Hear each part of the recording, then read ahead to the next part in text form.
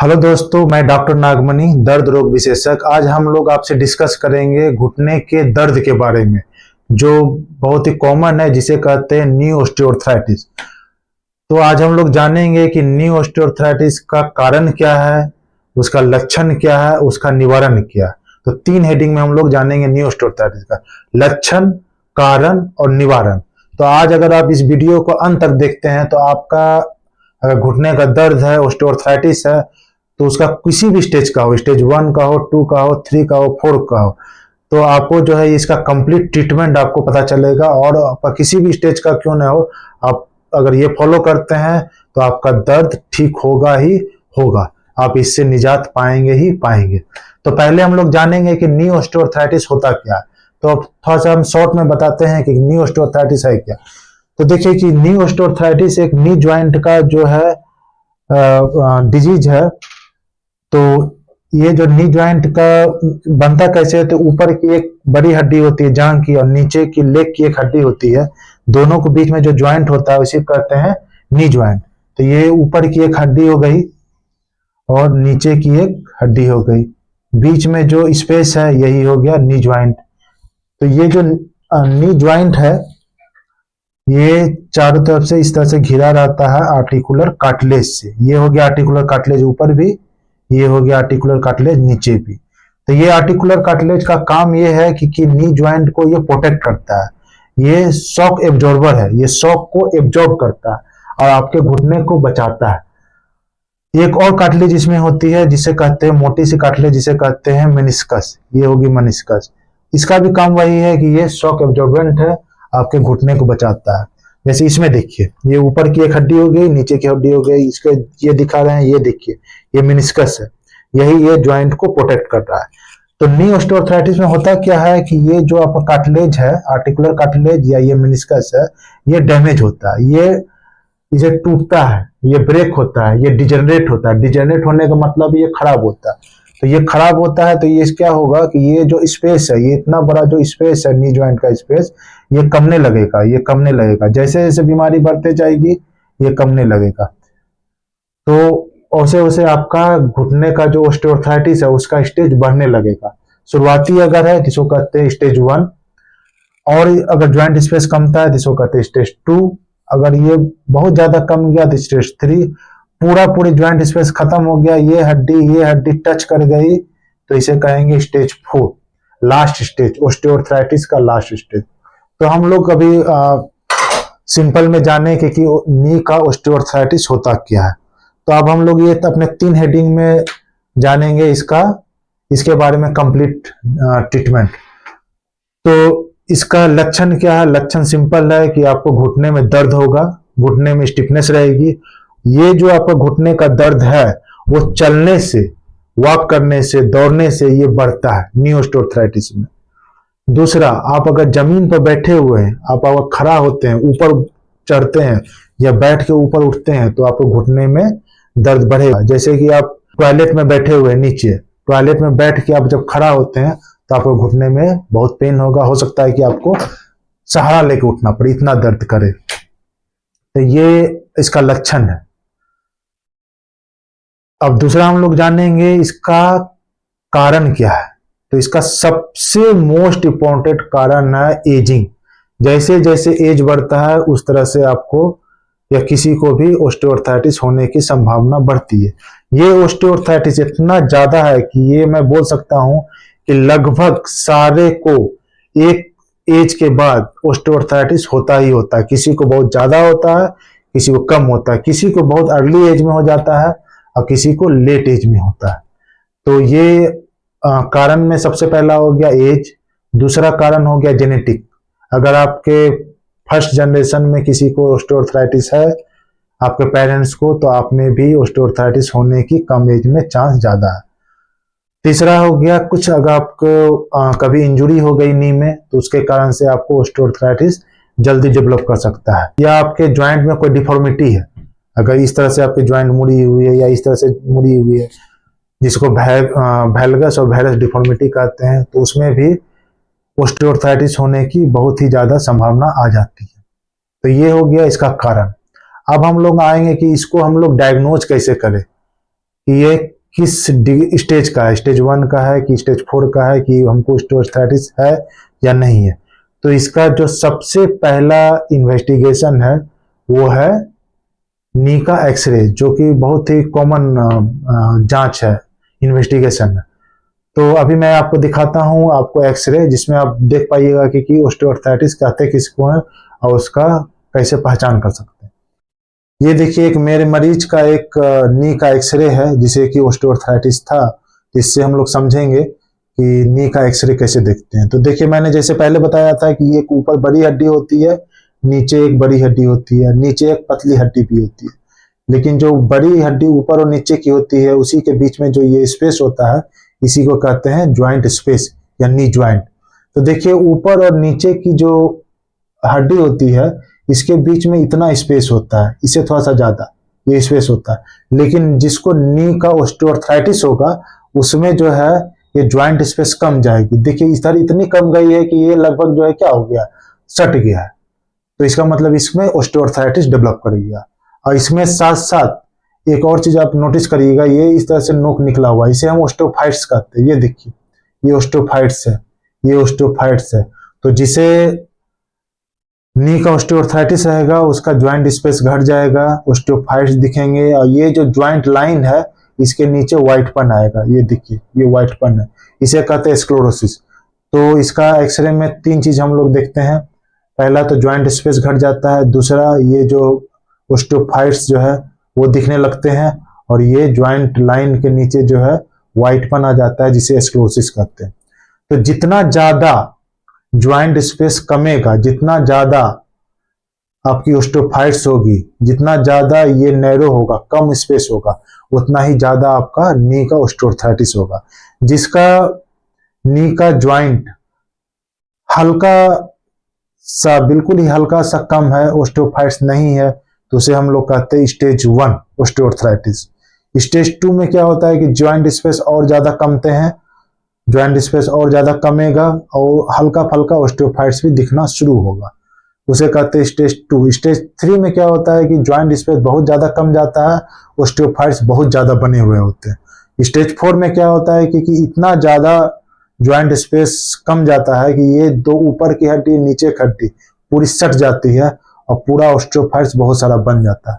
तो मैंने ये आपको जो 4 स्टेज इसीलिए मैंने बताया है कि इसका जो ट्रीटमेंट भी होता है इसी स्टेज पर डिपेंड करता है कि आपका जो ऑस्टियोआर्थराइटिस है वो किस स्टेज का, स्टेज 1 का है, स्टेज 2 का है। तो हम लोग अभी ये जान गए इसका लक्षण, कारण, जांच। अब सबसे लास्ट में जो सबसे इंपॉर्टेंट है वो मैं आपको बताऊंगा कि इसका ट्रीटमेंट क्या है, और वो मैं बताऊंगा कि बिना सर्जरी का आप कैसे आपको नी ऑस्टियोआर्थराइटिस ठीक कर सकते हैं। तो इसके ट्रीटमेंट पार्ट में, इसके उपचार पार्ट में सबसे पहला है परहेज। आप क्या परहेज करते हो कि जो आपका ऑस्टियोआर्थराइटिस और ज्यादा नहीं बढ़े। जिसको भी घुटने में दर्द स्टार्ट हो गया है, जिसको भी एक बार ऑस्टियोआर्थराइटिस नी का डेवलपमेंट स्टार्ट हो गया है, तो उसके लिए मैं आपको 2 परहेज बता रहा हूं। ये 2 परहेज आपको करना है। पहला, जमीन पर नहीं बैठिएगा, जमीन पर नहीं बैठिएगा। जब भी बैठिएगा तो कुछ ऊंचाई पर, टेबल पर बैठिए, कुर्सी पर बैठिए, चौकी पर बैठिए, खटिया पर बैठिए, पलंग पर बैठिए, जमीन पर मत बैठिएगा। तो मैं आप पूछेगा कि जमीन पर क्यों बैठना, आप बोल रहे हो कि जमीन पर नहीं बैठना। तो जमीन पर इसलिए नहीं बैठना है कि आप जब जमीन पर बैठते हो और जब उठते हो तो सबसे ज्यादा जोर आपको इस कार्टिलेज पर पड़ता है। जितना ज्यादा इस कार्टिलेज पर जोर पड़ेगा उतना ज्यादा ये टूटेगा, जितना ज्यादा ये टूटेगा उतना ही ज्यादा आपको दर्द होगा, आपका ऑस्टियोआर्थराइटिस उतना ही फास्ट बढ़ेगा। तो पहला परहेज है कि आपको जमीन पर नहीं बैठना।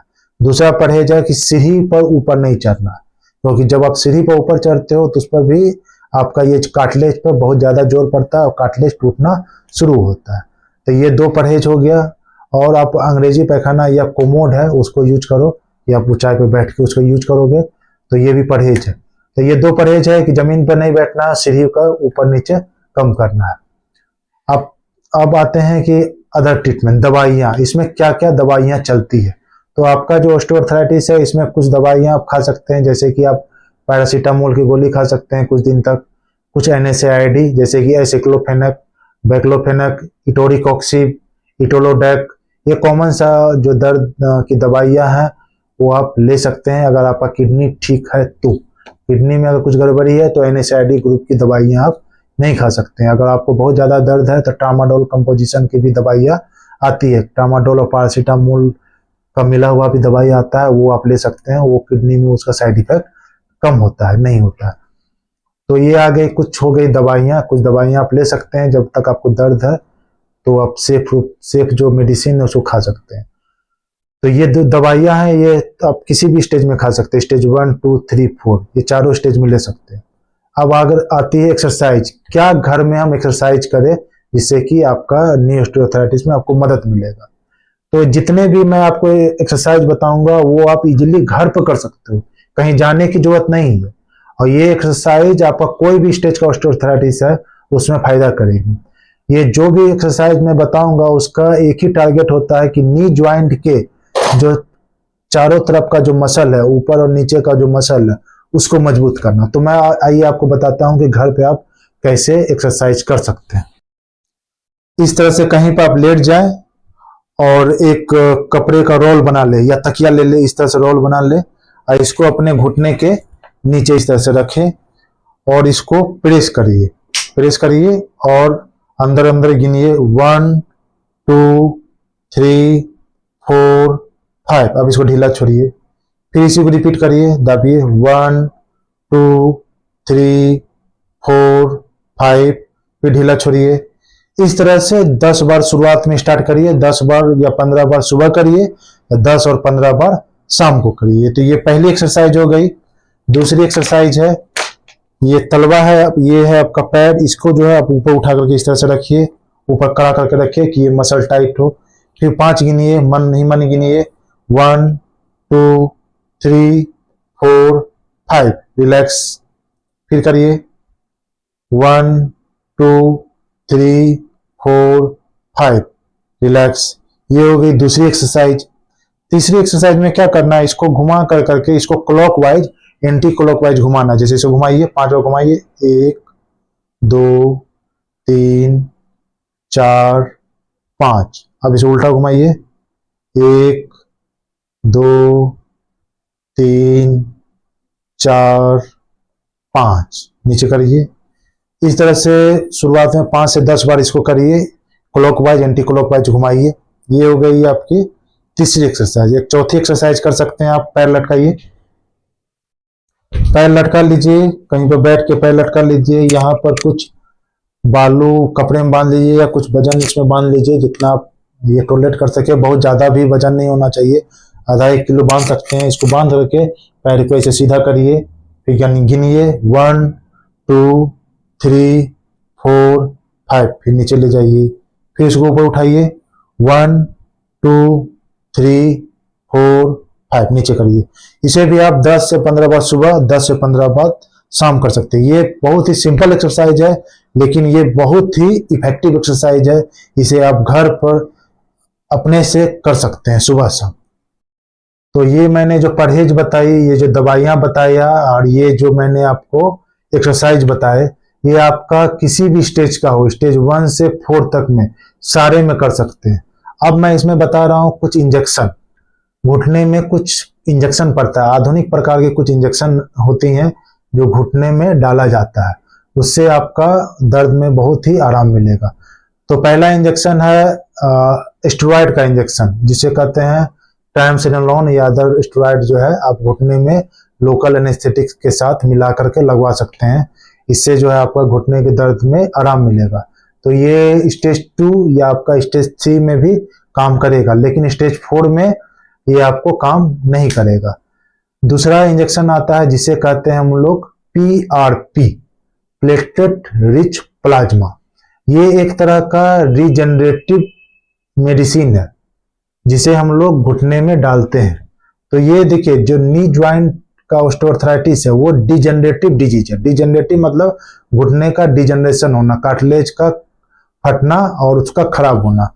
तो अगर हम घुटने में कुछ रिजेनरेटिव एजेंट डालें जिससे कि घुटना का कार्टिलेज को रिपेयर हो, तो इसमें घुटने में बहुत ही ज़्यादा आराम और घुटने का कुछ लाइफ भी बढ़ता है और इसका जो डिजेनरेशन का प्रोसेस है वो रुकता है। मतलब कि आपका जो घुटना का जो ऑस्टियोआर्थराइटिस का जो बढ़ने का स्पीड है उसको भी रोक सकते हैं। तो इसे हम लोग कहते हैं पीआरपी, प्लेटलेट रिच प्लाज्मा। तो प्लेटलेट रिच प्लाज्मा होता क्या?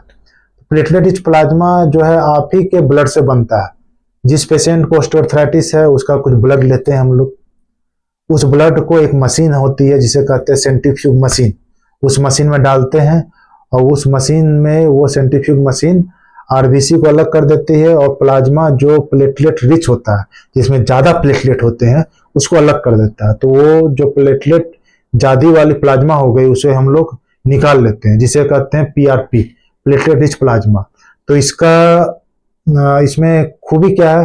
तो इस प्लेटलेट में बहुत सारे ग्रोथ फैक्टर होते हैं जो हम लोग जब उस ग्रोथ फैक्टर को पीआरपी को घुटने में डालते हैं, अंदर डालते हैं, निडिल इंजेक्शन के थ्रू डालते हैं, तो क्या होता है कि धीरे धीरे उसका रिजनरेशन शुरू करता है और घुटने का जो ऑस्टियोआर्थराइटिस है उसमें बहुत ज्यादा आराम मिलता है। बहुत तरह के और भी ग्रोथ फैक्टर मार्केट में है, उसे भी आप घुटने के जो ऑस्टियोआर्थराइटिस में लगवा सकते हैं। ये बहुत हद तक इफेक्टिव है, लेकिन ये इफेक्टिव किस किस स्टेज में है? ये इफेक्टिव है आपका स्टेज 1 में है और स्टेज 2 में बहुत ज्यादा इफेक्टिव है। स्टेज 4 में ये इंजेक्टेबल कुछ काम ज्यादा नहीं करता है। स्टेज 4 में इंजेक्शन का उतना ज्यादा रोल नहीं है। क्यों रोल नहीं है? क्योंकि इसमें कार्टिलेज है ही नहीं, कार्टिलेज पूरा घिस गया है, बोन में बोन सट गया है। तो स्टेज 4 में इंजेक्शन उतना ज्यादा काम क्या करेगी? ऐसे आप समझो ना कि पौधा जो लगा हुआ है, अगर अंदर जड़ पूरी खत्म हो चुका है तब उसमें खाद डालो या पानी डालो कुछ फायदा नहीं होगा। कुछ भी अगर बचा हुआ है अंदर जड़, तभी आप उसमें पानी खाद कुछ डालोगे तो फिर से वो गाछ पनप सकता है। लेकिन स्टेज 4 में तो वो तरह का है नहीं, पूरा ज्वाइंट स्पेस खत्म हो गया, हड्डी में हड्डी सट गया, तो उसमें कुछ इंजेक्शन ज्यादा काम नहीं करता। तो और एक और इंजेक्शन आता है जिसे हम लोग कहते हैं विस्कस सप्लीमेंट। विस्कस आता है, बना बनाया मार्केट में आता है, जिसे हम लोग डाल सकते हैं। उसको अगर किसी के साथ डालते हैं, जैसे स्टेरॉइड के साथ अगर डालते हैं या पीआरपी के साथ डालते हैं, तो उसका रोल थोड़ा बढ़ जाता है। अकेले डालने पर मेरा जो एक पार्टिकुलर एक्सपीरियंस है उतना ज्यादा फायदा नहीं करता है। तो इंजेक्शन में मैंने आपको घुटने का अंदर लगवाने का इंजेक्शन का 3 बताया। पहला स्टेरॉइड इंजेक्शन जिसे ट्राइमसिनोन और अदर स्टेरॉइड यूज कर सकते हैं वो बताया। एक बताया पीआरपी जो मॉडर्न टाइप का इंजेक्शन है जो आजकल मॉडर्न समय में बहुत ज्यादा यूज हो रहा है, एक वो हो गया। तीसरा हो गया विस्कस सप्लीमेंट। तो इसे आप लगा सकते हैं, लेकिन इसका जो है आप स्टेज 1, 2 और कुछ हद तक स्टेज 3 में भी आपका कुछ फायदा कर सकता है, लेकिन स्टेज 4 में तो कुछ फायदा करेगा नहीं। तो और तीसरा जो ट्रीटमेंट है जो बहुत ही इंपॉर्टेंट मैं आपको ट्रीटमेंट बताने जा रहा हूं, वो है नी का radio frequency ablation, genicular nerve का रेडियो फ्रीक्वेंसी अब्लेशन। ये रेडियो फ्रीक्वेंसी अब्लेशन जो घुटने का जो ट्रीटमेंट है वो आपको स्टेज 2 में काम करेगा, स्टेज 3 में काम करेगा और स्टेज 4 में भी काम करेगा। तो नी का रेडियो फ्रीक्वेंसी अब्लेशन होता क्या है? तो ये जो रेडियो फ्रीक्वेंसी अब्लेशन किस तरह से काम करता है? तो रेडियो फ्रीक्वेंसी एब्लेशन जैसे ये आपका घुटना है तो उसमें क्या किया जाता है कि 3 पॉइंट पर, 1 पॉइंट ऊपर, 1 पॉइंट यहाँ, 2 पॉइंट ऊपर में, 1 पॉइंट जो है अंदर के साइड में यहाँ पर, ये 3 पॉइंट पर जो है रेडियो फ्रीक्वेंसी निडल से एक्सरे में देखते हुए, फ्लोरोस्कोपी में देखते हुए, जो रेडियो फ्रीक्वेंसी एब्लेशन की एक निडल होती है, इंसुलेटेड निडल होती है, उसको एक्सरे में देखते हुए यहाँ, यहाँ और यहाँ पहुंचाते हैं और एक रेडियो फ्रीक्वेंसी एब्लेशन मशीन होती है उसे अटैच करते हैं और यहाँ पर 3 नर्व होती है जिसे जेनिकुलर नर्व कहते हैं, उसको थर्मल एब्लेशन किया जाता है। तो उससे क्या होता है, घुटने के दर्द में कमी आती है। तो ये ऑप्शन किस पेशेंट में यूज किया जाता है? तो हम लोग आते हैं, क्योंकि अभी तक आप लोग को मैंने स्टेज 4 का ट्रीटमेंट नहीं बताया है। तो स्टेज 4 का सबसे बेस्ट ट्रीटमेंट है नी का रिप्लेसमेंट। लेकिन बहुत पेशेंट जो है रिप्लेसमेंट से डरते हैं। कुछ तो आदमी जो कसम खाए के बैठे रहते हैं, मैं कुछ भी करवा लूंगा लेकिन नी का सर्जरी नहीं करवाऊंगा। तो किसी के मन में ऐसी धारणा रहती है कि मैं ऑपरेशन नहीं कराना चाहता हूँ। मेरे पास बहुत सा पेशेंट आते हैं, बिहार में तो ये खासकर ये है कि मैं कुछ भी कराऊं लेकिन मुझे सर्जरी नहीं करानी। तो जिस पेशेंट को स्टेज 4 ऑस्टियोआर्थराइटिस है उसको रिप्लेसमेंट नहीं कराना है, या किसी को रिप्लेसमेंट कराना भी है, अगर उसका बॉडी ऑपरेशन के लायक फिट नहीं है, जैसे कि कुछ हार्ट का प्रॉब्लम है या ब्लड का कुछ प्रॉब्लम है या अदर कुछ प्रॉब्लम है या बहुत ज़्यादा एज है, उसको रिप्लेसमेंट नहीं हो सकता है, या अदर पेशेंट जिसको रिप्लेसमेंट नहीं कराना है, तो उसमें एक ऑप्शन ये बच सकता है जिसे कहते हैं radio frequency ablation of genicular nerve, RFA, छोटा फॉर्म में कहते हैं RFA, रेडियो फ्रिक्वेंसी एब्लेशन। तो ये वाला ट्रीटमेंट आप इसमें हम लोग कर सकते हैं, जो मैं करता हूँ। तो रेडियो फ्रिक्वेंसी एब्लेशन जो स्टेज 4 में बता दिया किस किस में किया जा सकता है। इसको अगर स्टेज 3 में अगर करते हैं तो इसका रिजल्ट बहुत अच्छा आता है। स्टेज 3 में रेडियो फ्रिक्वेंसी एब्लेशन साथ ही साथ कुछ घुटने में कुछ अगर इंजेक्शन डाला जाए, PRP का इंजेक्शन या अदर इंजेक्शन डाला जाए, तो इसमें घुटने में बहुत ही ज़्यादा आराम आता है। तो ये लगभग मैंने आपको ट्रीटमेंट का ये फुल रेंज बता दिया है, इसका ट्रीटमेंट किस तरह से किया जाता है। तो मैंने आपको रिवाइज करता हूँ शॉर्ट में। इसका ट्रीटमेंट में क्या है, मेडिसिन है, पैरासीटामोल, एसिक्लोफेनेक, बैक्लोफेन, आपका ट्रामाडोल है, इटोलोडेक है, इटोरिकोक्सीब है, अदर भी बहुत सारे NSAID है, उसे आप यूज कर सकते हैं कुछ दिन के लिए। कुछ सप्लीमेंट टाइप का है, कोलेजन पेप्टाइड टाइप 2 है, ग्लूकोसामीन है, ये सब कुछ आप टैबलेट खा सकते हैं। और कुछ डाइक्लोफेनेक बेस्ड मलहम या तेल आता है, उसे लगा सकते हैं। उसके बाद आता है एक्सरसाइज, जो मैंने आपको बताया। उसके बाद स्टेज के अनुसार कुछ इंजेक्टेबल्स का या कुछ इंटरवेंशन का या सर्जरी का रोल है, वो मैंने आपको बताया। स्टेज 1, 2 में कुछ आप इंजेक्शन लगवा सकते हैं। 3 और 4 में आप नी का रेडियो फ्रिक्वेंसी एब्लेशन, साथ साथ कुछ इंजेक्शन स्टेज 3 में, और स्टेज 4 में आपका सर्जरी, या जिसको सर्जरी नहीं करवानी है या जिसमें सर्जरी रिप्लेसमेंट नहीं हो सकता है, वो फिट नहीं है, तो उसमें हम लोग रेडियो फ्रिक्वेंसी एब्लेशन ऑफ नी कर सकते हैं। तो मुझे ये आपको मैंने ऑस्टियोआर्थराइटिस का कंप्लीट ट्रीटमेंट बताया है।